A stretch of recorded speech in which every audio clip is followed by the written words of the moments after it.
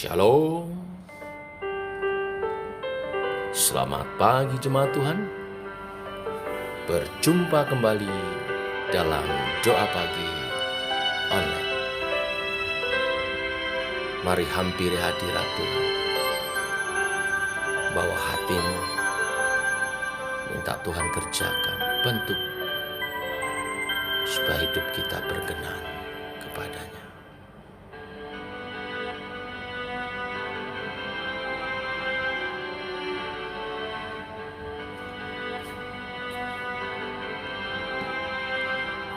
Ya Tuhanku, aku hendak bernyanyi bagimu selama aku hidup. Ya Allahku, aku hendak bermazmur bagimu selagi ku ada.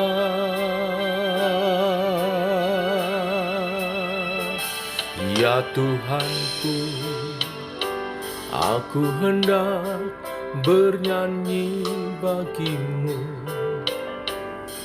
selama aku hidup.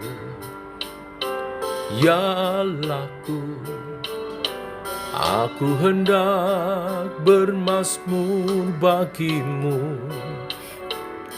selagi ku ada. Inilah yang ku renungkan setiap waktu. Nyanyian pujian dan pengagungan kepadamu.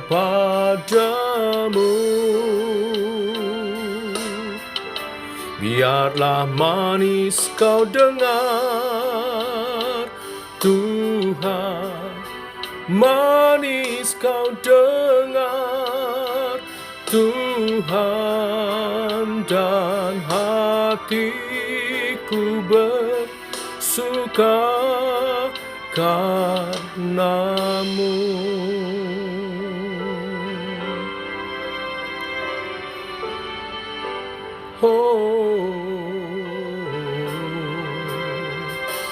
Ya Tuhanku, aku hendak bernyanyi bagimu selama aku hidup. Ya Allahku, aku hendak bermazmur bagimu selagi ku ada. Inilah yang ku renungkan setiap waktu. Nyanyian pujian dan pengagungan kepadamu.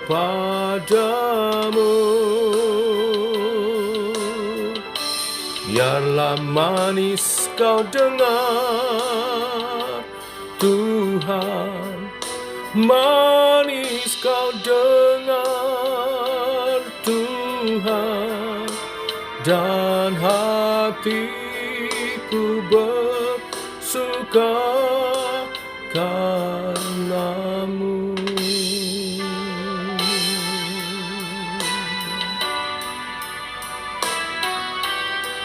Terima kasih Tuhan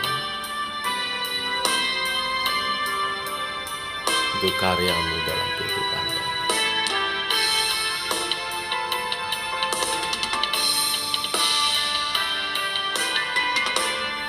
Inilah yang ku renungkan setiap waktu. Nyanyian pujian dan pengagungan kepadamu.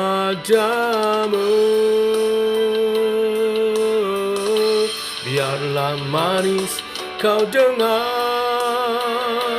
Tuhan, manis kau dengar Tuhan, dan hatiku bersuka karenamu. Inilah yang ku renungkan setiap waktu, nyanyian pujian dan pengagungan kepadamu. Biarlah manis kau dengar Tuhan, manis kau dengar Tuhan, dan hatiku bersuka karenamu.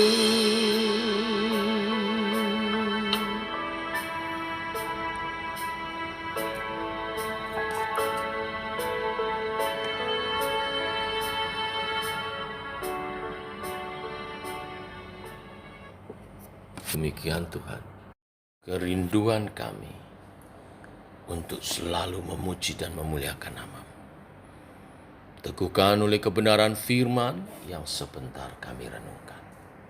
Berfirmanlah Bapa, kami siap mendengar dalam nama Tuhan Yesus Kristus. Amin.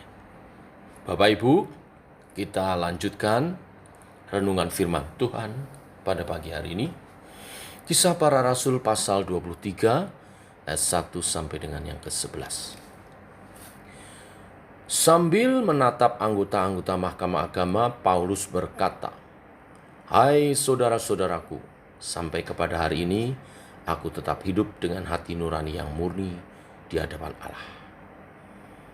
Tetapi Imam Besar Ananias menyuruh orang-orang yang berdiri dekat Paulus menampar mulut Paulus. Membalas itu Paulus berkata kepadanya, "Allah akan menampar engkau, hai tembok yang dikapur putih-putih. Engkau duduk di sini untuk menghakimi aku menurut hukum Taurat. Namun engkau melanggar hukum Taurat oleh perintahmu untuk menampar aku." Orang-orang yang hadir di situ berkata, "Engkau mengejek imam besar Allah." Jawab Paulus, "Hai saudara-saudara, aku tidak tahu bahwa ia adalah imam besar. Memang ada tertulis, janganlah engkau berkata jahat tentang seorang pemimpin bangsamu."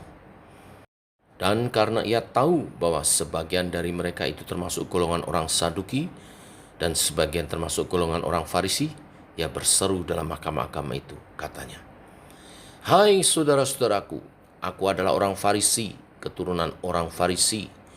Aku dihadapkan ke mahkamah ini karena aku mengharapkan akan kebangkitan orang mati."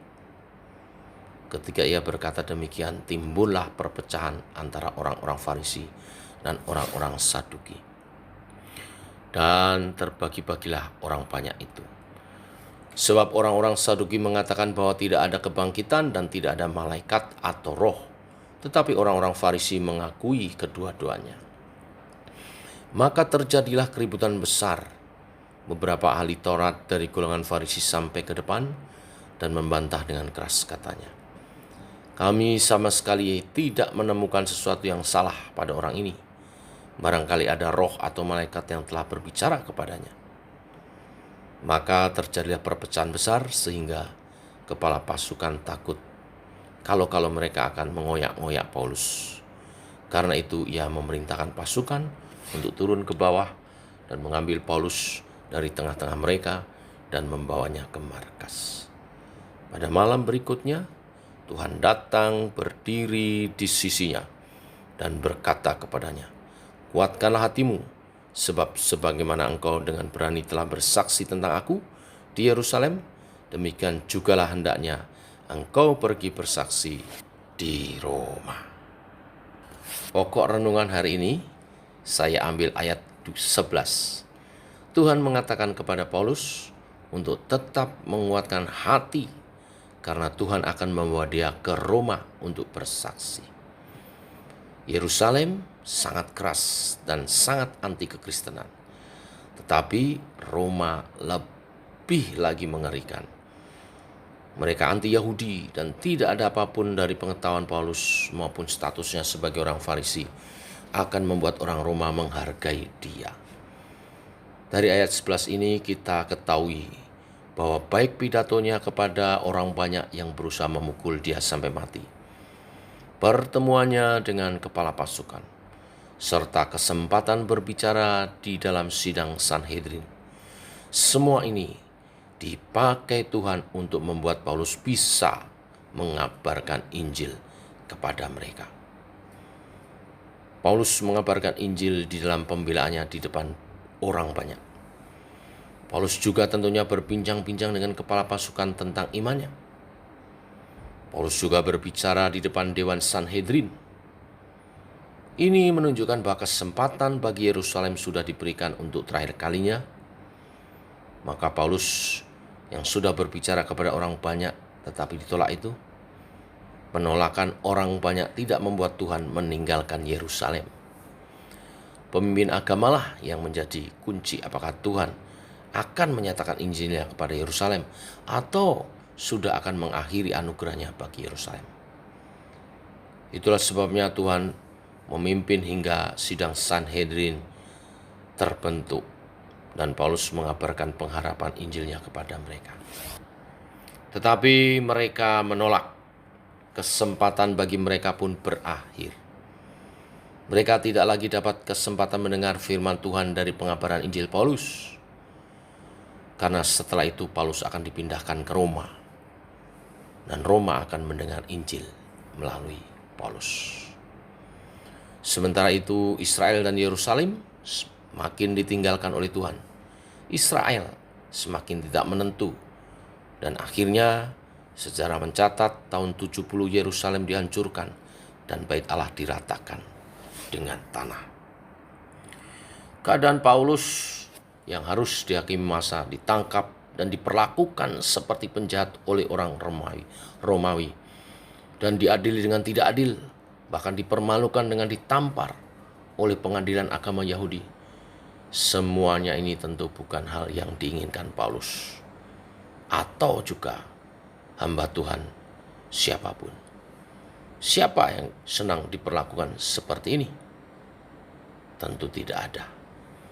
Tetapi Tuhan memakai keadaan yang begitu menakutkan dan menyengsarakan ini sebagai cara untuk Injil diberitakan, dikabarkan waktu itu.